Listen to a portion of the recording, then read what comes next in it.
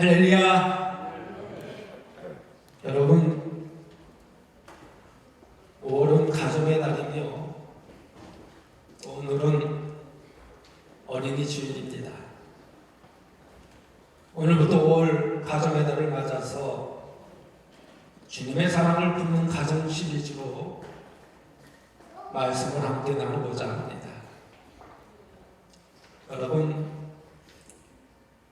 여러분은 이 세상에서 가장 큰 보물이 무엇이라고 생각하십니까? 이 세상에서 가장 큰 보물. 옛날 로마 시대에 한 어머니가 있었는데 그 이름은 코르넬리아라고 합니다. 한 번은 그 집에 서너 명의 귀부인들이 놀러와서 차를 마시면서 자기들의 보석을 자랑했습니다. 이 목걸이는 다이아인데 멋지지 않습니까? 이 사파리아 반지는 어떻습니까? 이 금팔찌는 어떻습니까? 코르넬리아 부인은 그들의 자랑을 잠잠히 듣기만 했었습니다. 그러자 그중 한 부인이 부인도 좋은 보석이 있으면 우리에게 보여주시고 자랑 좀 하세요 라고 말했습니다. 그러자 코르넬리아 부인은 안으로 들어가더니 이 양팔에 쌍둥이 아들을 안고 나왔습니다. 그러자 귀부인들이 물었습니다. 아니, 이것은 아들이잖아요. 보석은 어디 있어요? 그러자 이 코르넬리아 부인이 말하기를 나의 보석은 이 두 아들입니다 라고 했습니다. 이 아들들이 자라서 훗날 로마의 큰 인물들이 되었다는 이야기입니다. 바로 이들이 로마 건국의 기초를 놓은 바로 쿠라투스 병주였습니다. 그렇다면 여러분에게 최고의 보물은 과연 무엇입니까? 바로 자녀일 것입니다. 자녀에 대한 정의 중에 가장 좋아하는 것은 자녀는 보석함이다라는 것입니다. 보석함에는요, 온갖 좋은 보석이 담겨 있기에 그 보석함 자체는 혹시 보잘것없이 보일 수 있습니다. 낡고 투박한 구를 수도 있고 평범한 항아리일 수도 있습니다. 그리고 땅에 감춰져 흙에 묻어 있을 수도 있지만 그 속에 보석이 있다는 것이 중요하다는 것입니다. 애굽으로 팔려간 소년이 있었습니다. 그는 형들에게 팔려 눈물을 흘리며 애굽으로 끌려갔습니다. 그리고 그는 한참 동안 노예로 제수로 고생하며 지내야만 했습니다. 바로 이 소년이 애굽을 살리고 이스라엘을 살린 총리 요셉이었습니다. 베들레헴에서 양치던 소년이 있었습니다. 나이도 어리고 막내였습니다. 그가 주로 하는 일은 아버지 심부름하는 일, 형들을 대신하여 늦게까지 양치는 일이었습니다.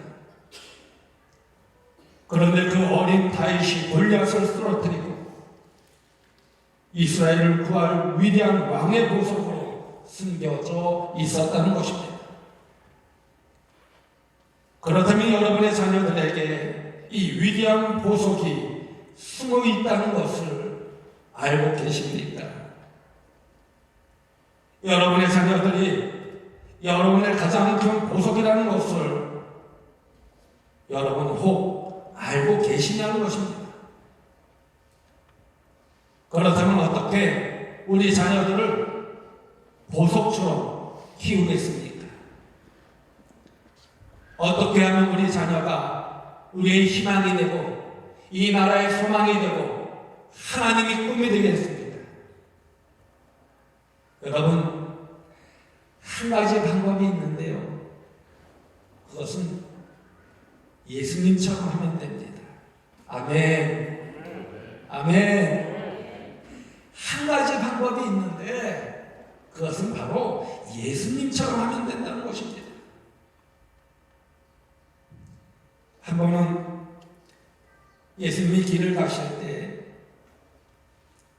아이들이 예수님께로 달려왔습니다. 예수님이 지나가신다는 말을 듣고 부모들이 아이들을 데려온 것입니다. 예수님은 항상 바쁘게 사시고 그날도 갈 길이 바쁜데 아이들이 예수님의 길을 막고 서자 제자들이 놀라 아이들을 제지하였습니다. 그때 예수님의 반응이 어떻습니까? 오늘 보면 14절 말씀을 보면요, 예수께서 보시고 노하시어 이르시되 어린아이들이 내게 오는 것을 용납하고 금하지 말라. 하나님의 나라가 이런 자의 것이니라 라고 했습니다. 여기서 예수님이 얼마나 급하셨으며 노하기까지 하셨을까요? 개역 한글 성경에 보면요, 예수님께서 분이 여기셨다고 하였습니다. 온유하신 예수님이 분까지 내셨다면 그 예수님의 의도는 무엇이었을까요? 어린아이는 사랑해야 한다는 것이며 어린아이는 용납되어야 한다는 것입니다. 그러기에 자녀를 키우는 가장 좋은 방법은 용납하는 것이며 격려하는 것입니다. 사람들은요, 격려받고 칭찬받기를 원하기에 할 수 있다고 말해주는 것이 중요하다는 것입니다. 그 문제를 고치려고만 하면 안 고쳐지고 바꾸려고 하면 안 바꿔진다는 것입니다. 그래서 사람들은 누구나 잘한다고 하면 잘하고 못한다고 하면 못하게 되어 있다는 것입니다. 바로 이것을 피그말리온 효과라고 합니다. 이 피그말리온 효과는요, 내가 어떤 사람의 기대를 가진 대로 나에게 다시 돌아온다는 것입니다. 내가 그 사람 시원치 않아 하면 그는 계속 나에게 시원치 않은 존재가 된다는 것입니다. 나는 당신을 좋아해 하면 이상하게 그는 나에게 좋은 존재가 된다는 것입니다. 바로 그것은 좋아서 좋은 것이 아니라 좋다고 기대하고 있기 때문에 좋아진다는 것입니다. 그리고 플리시보 효과라고 있습니다. 환자가 급하게 약을 찾는데 마치 약이 다 떨어졌습니다. 그래서 의사가 다른 약을 주면서 이 약을 먹으면 반드시 더 좋아질 것입니다. 당신의 병이 나을 것입니다 라고 말합니다. 그런데 며칠 있다가 보니까 환자가 다 나았더라는 것입니다. 약 때문에 나은 것이 아니라 의사의 말 때문에 나았다는 것입니다. 이것을 플라시보 효과라고 합니다. 그렇다고 아무 약이나 주면은 안 됩니다. 문제는 신뢰이며 최고의 약은 이 신뢰에서 온다는 것입니다. 바로 믿어주는 약이야말로 가장 잘 듣는 약이라는 것입니다. 그렇다면 자녀들을 용납하는 방법 중에 어떤 것이 있을까요? 안아주는 방법이 있습니다. 어느 병원에서 태어난 지 얼마 안 된 쌍둥이 중에 하나가 인큐베이터에서 신호하고 있었습니다. 이를 지켜본 간호사가 이 쌍둥이 형제를 인큐베이터 안에 함께 넣어주었습니다. 어차피 죽을 거 서로 인사나 하고 가라는 뜻이었습니다. 그런데요, 건강한 쌍둥이가 인큐베이터 안에 들어가자마자 기적이 일어나기 시작하였습니다. 건강한 쌍둥이가 아픈 쌍둥이를 향하여 팔을 내밀더니 그를 껴안기 시작한 것입니다. 그러더니 둘은 한참 동안 그렇게 하고 있었습니다. 그런데 몇 시간이 지나자 아픈 아이의 심장과 체온이 정상적으로 돌아오기 시작하다는 것입니다. 얼굴에 웃음이 들고 온몸의 활기가 돋기 시작하였습니다. 바로 이것을 보고 인큐베이터 기적이라고 불렀습니다. 인큐베이터가 기적을 일으킨 것이 아니라 바로 사람이 기적을 일으켰다는 것입니다. 이처럼 여러분, 안아지면 기적이 일어나요. 아멘. 아멘.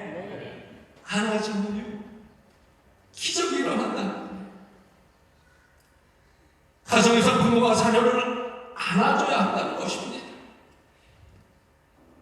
무거운 가방을 메고 학교 가는 아이들에게 안아주면서 오늘도 잘 놀다 와, 공부하고 와, 이렇게 하면 아이들이 그 마음에 안정감을 찾아서 더 잘하게 된다는 것입니다. 아침 일찍 출근하는 남편에게 힘내라고 한번 안아줘 보십시오. 저녁에 피곤한 얼굴로 돌아오는 남편을 한번 안아줘 보십시오. 그리고 하루 종일 집안일을 하느라 피곤한 아내를 한번 안아줘 보십시오. 이렇게 부부가 자주 안아주면요, 수명이 5년 이상 연장된다고 합니다. 그러기에 교회 안에 오랜만에 만난 성도들을 서로 안아줘 보십시오. 이렇게 안아주면요, 그 영혼이 살아나게 된다는 것입니다. 12년을 혈류증으로 고생하던 여인은 예수님의 옷자락만 만져도 나음을 받았습니다. 오늘 보면 16절 말씀에 예수님이 그 어린아이를 안고라고 하셨습니다. 이처럼 자녀를 안아주고 용납해서 할 수 있다는 마음을 가지도록 아이들을 키워야 된다는 것입니다. 또 다른 방법은요, 하나님의 축복을 받게 하는 것입니다. 오늘 보면 16절 말씀을 보면 그 어린아이들을 안고 그들을 위해 안수하시고 축복하시니라 라고 하셨습니다. 이 말씀에서 좋은 말보다 더 좋은 것은 하나님의 축복이라는 것입니다. 유대인들은요, 축복의 사람들이었습니다. 하나님의 축복을 최우선으로 생각하고 그 축복을 받기를 소원하였습니다. 매주 금요일 밤 안식일 저녁이 되면 식사 전에 아버지가 아들의 머리에 손을 얹고 이렇게 기도한다고 합니다. 주여, 이 아들이 요셉의 아들들 같고 아론의 후손들 같게 하옵소서. 그리고 딸들의 머리에 손을 얹고 이렇게 기도를 한다고 합니다. 주여, 이들이 우리 조상 아브라함의 부인 사라 같고 리브가 같고 라헬, 레아같이 되게 하옵소서. 이처럼 유대인들은 그 부모가 자녀를 위해 축복하며 그대로 된다고 믿는다는 것입니다. 그러게 우리 자녀가 하나님의 축복을 받으며 살아도록 해야 된다는 것입니다. 또 다른 방법은요, 남을 위해 존재한다고 키워야 된다는 것입니다. 여러분, 예수님이 이 땅에 오신 목적이 무엇입니까?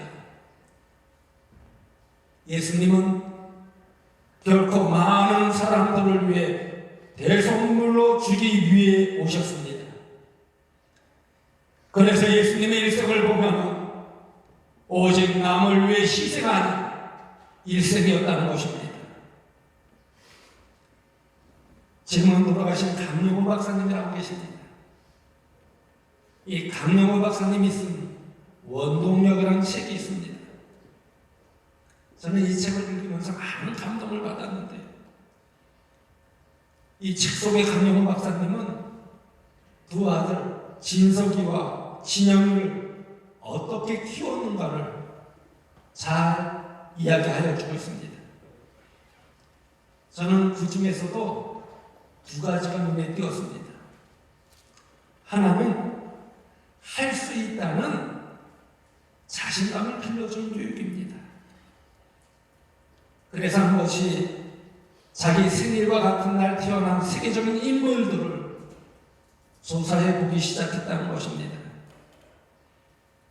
그랬더니 큰아들 진석이는 생일이 4월 23일이었는데 같은 날 윌리엄 셰익스피어가 태어났다는 것입니다. 그래서 진석이에게 내 생일이 셰익스피어와 같은 것은 우연이 아니다. 하나님이 너를 셰익스피어와 같은 위인으로 쓰기 위해서 같은 날 태어나게 하셨다고 이야기해 주었습니다. 그랬더니 동생이 셈이 나서 자기 생일은 6월 15일인데 누가 태어났는지 찾아보자고 하였습니다. 그래서 찾아보았더니 영국 여왕 엘리자베스 2세가 태어났다는 것입니다. 그래서 야, 너는 왕 같은 사람으로 이 땅에 태어났다고 이야기해 주었습니다. 그래서 아이들이 재미있어 해서 자기 부부도 한번 찾아보았다는 것입니다. 그랬더니 강영호 박사님은 마틴 루터 킹 선이가 같은 날, 그리고 아내는 케네디 대통령과 같은 날 태어났습니다.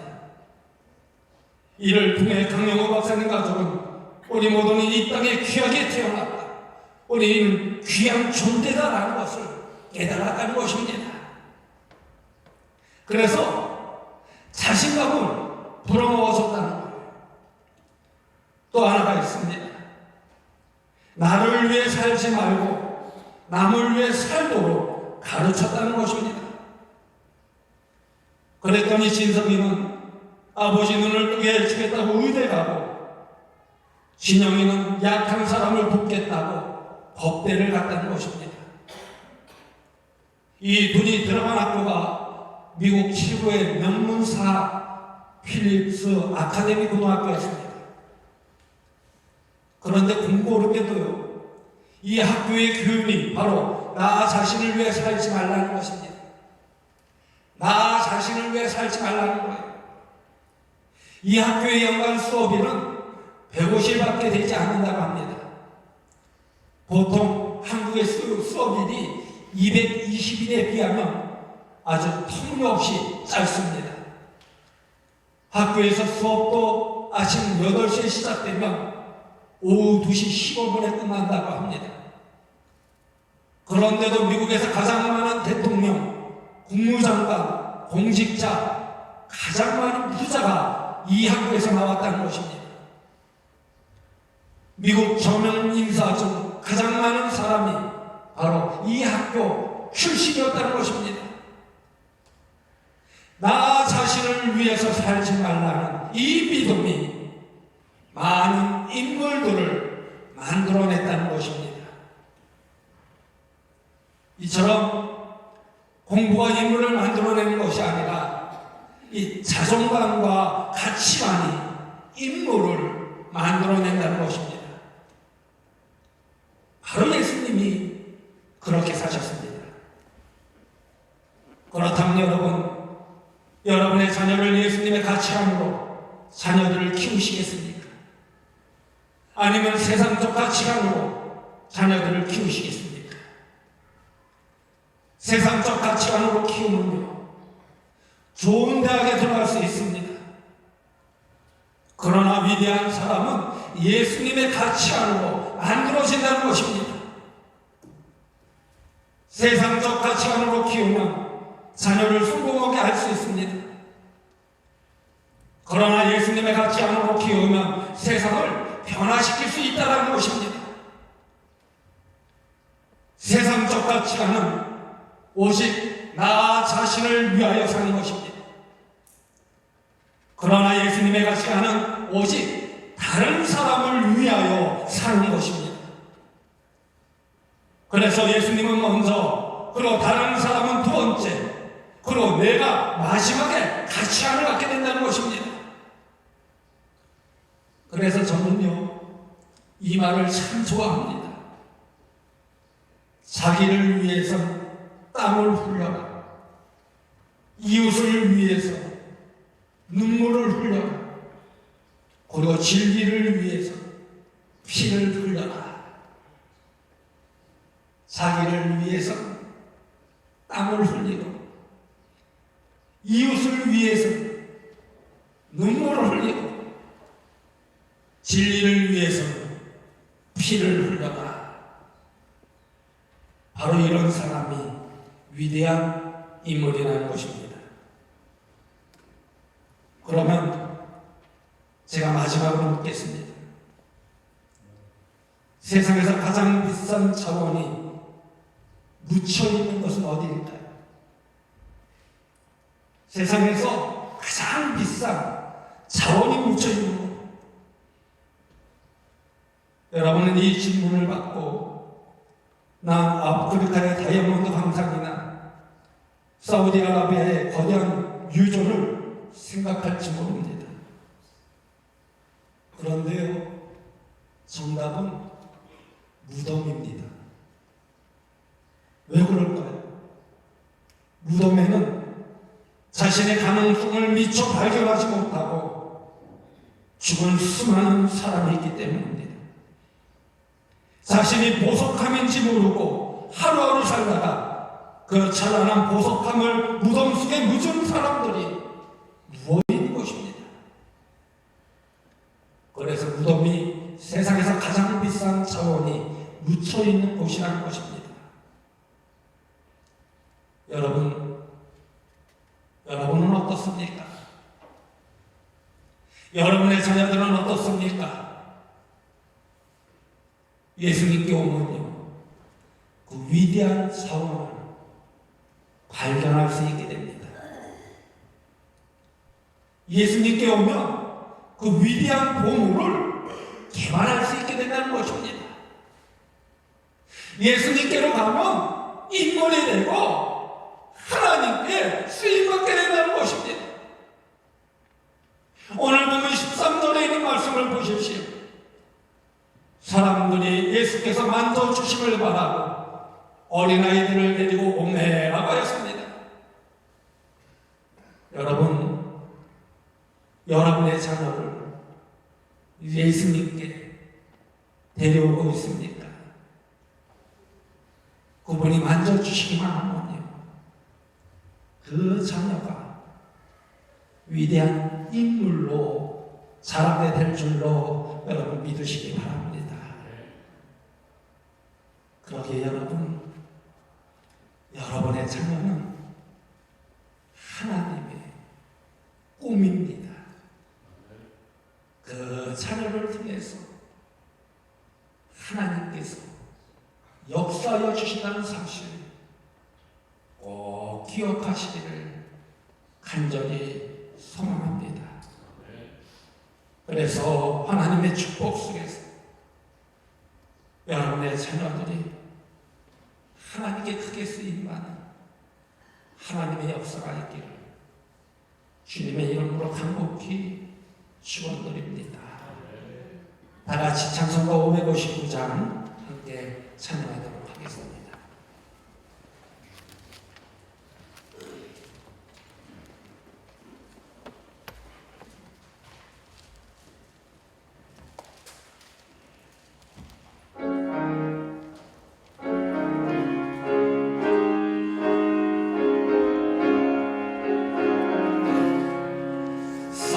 사철의 봄바람 불어있고 하나님 아버지 모셨으니 믿음의 반석도 든든하다. 우리 집 즐거운 동산이가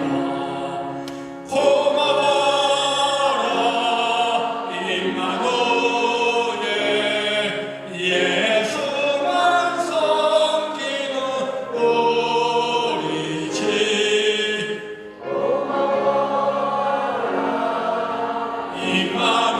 임마누엘 복되고 즐거운 하루하루 어버이 우리 보이시고 동기들 사랑에 뭉쳐있고 기쁨과 서름도 같이 하니 한밤에 좁아도 천국이라. 고마워라 임마누엘 예수만 섬기는 우리 집. 고마워라 임마누엘 복되고 즐거운 하루하루 아침과 저녁에 수고하여 다 같이 일하러 온 식구가 한 상에 눌러서 먹고 마셔 여기가 우리의 나무니라. 고마워라 임마누엘 예수만 섬기는 우리 집. 고마워라 임마누엘 복되고 즐거운 하루하루. 여러분 눈을 다 감으시기 바랍니다. 그리고 여러분 이 세상에서 가장 귀한 보석은 무엇이라 생각하십니까? 이 세상에서 가장 보물과 보석은 바로 우리의 자녀들입니다. 그것은 우리 자녀들이 우리의 희망이 되고 이 나라의 소망이 되고 하나님의 꿈이 되기 때문입니다. 예수님은 어린이들을 사랑해야 하며 용납되어야 한다고 하셨습니다. 그래서 자녀를 키우는 가장 좋은 방법은 예수님 자녀들을 안아주고 용납하며 축복의 자녀로 자라도록 꿈을 주며 양육하는 것입니다. 그럴 때 예수님의 가치관으로 자녀들이 양육되어져서 위대한 인물이 될 줄로 믿습니다. 그 안에서 주님의 사랑을 품으며 행복한 가정이 되어지기를 간절히 소망합니다. 오늘 주신 말씀 생각하며 다 같이 결단의 기도를 드리겠습니다.